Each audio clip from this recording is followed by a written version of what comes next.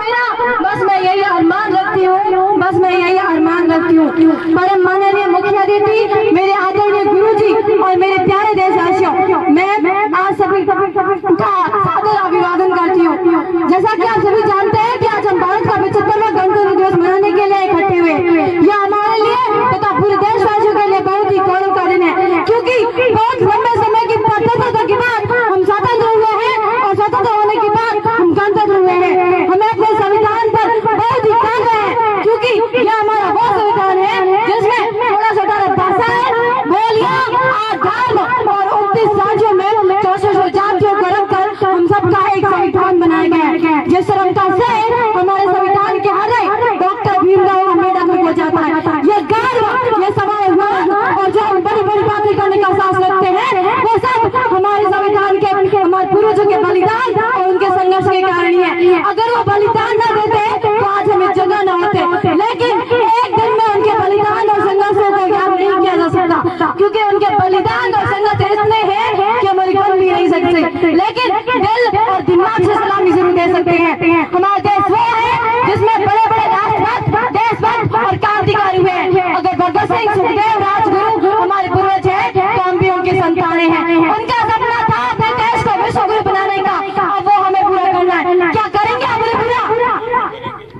ये ऐसी जैसी आवाज सुनकर लगता है आपके दिल में बस एक ही बात चल रही है कि मेरा दिल, मेरी धड़कन, मेरी जान हो तो अब तो मेरे वजूद की पहचान हो तो। और मैं तो अगर गर्व से सिर उठा कर कहती हूँ, ए मेरे भारत देश महान हो तो, महान हो तो। ये देश मेरा राम है, मैं इसका अनुमान हूँ। जाति चीर के देख ले, जाति चीर के देख ले, अंदर बैठा हिंदुस्तान है, अंदर बैठा हिंदुस्तान है।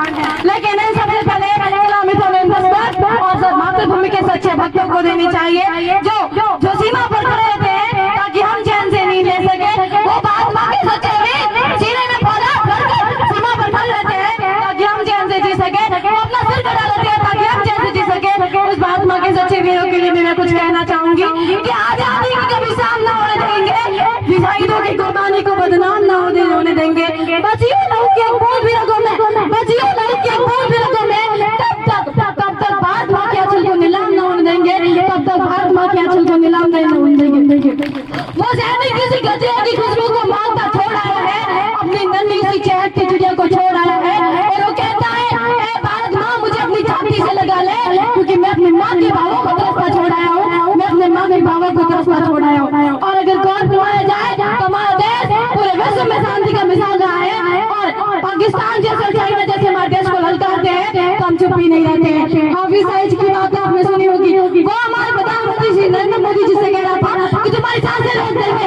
अरे तुम पहले अपनी सांसें तो संभाल। और सुन, मैं हिंदुस्तान की छोटी सी जान तुझे बताती हूँ, मैं हिंदुस्तान की छोटी सी जान तुझे बताती हूँ कि बाप बाप होता है और बेटा बेटा होता है। वैसा पाकिस्तान निकला कैसे, लेकिन निकला तो हिंदुस्तान से है। वो अपने पाकिस्तान पर कमेंट करता है तो करे, हमें उससे कोई याद नहीं, लेकिन इतना याद रखें कि अगर हमारा हिंदुस्तान ना होता तो तुम्हारा पाकिस्तान भी ना होता। लेकिन अगर भाईचारे से रहना आता है तो हम वो हैं जो तुम्हें कभी कम में नहीं छोड़ेंगे, वो हैं जो तुमसे बात किए बगैर नहीं रहेंगे। और अगर भाईचारे से नहीं रहना आता तो थप्पड़ खाएंगे तारों की, हम ऐसे भी मजबूर नहीं कि थप्पड़ खाएंगे तारों की, हम ऐसे भी मजबूर नहीं। हम भारत माँ की संतानें हैं, किसी की बथुआ मजदूर नहीं, किसी की बथुआ मजदूर नहीं।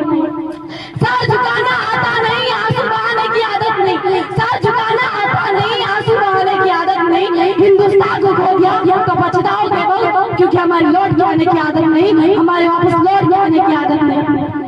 तो आज हमें बस इतना संकल्प लेना है कि हमें अपने पूर्वजों के सपनों को पूरा करना है, अपने देश को विश्व गुरु बनाना है। क्या आप सभी तैयार हैं ऐसे बड़े संकल्प लेने के लिए?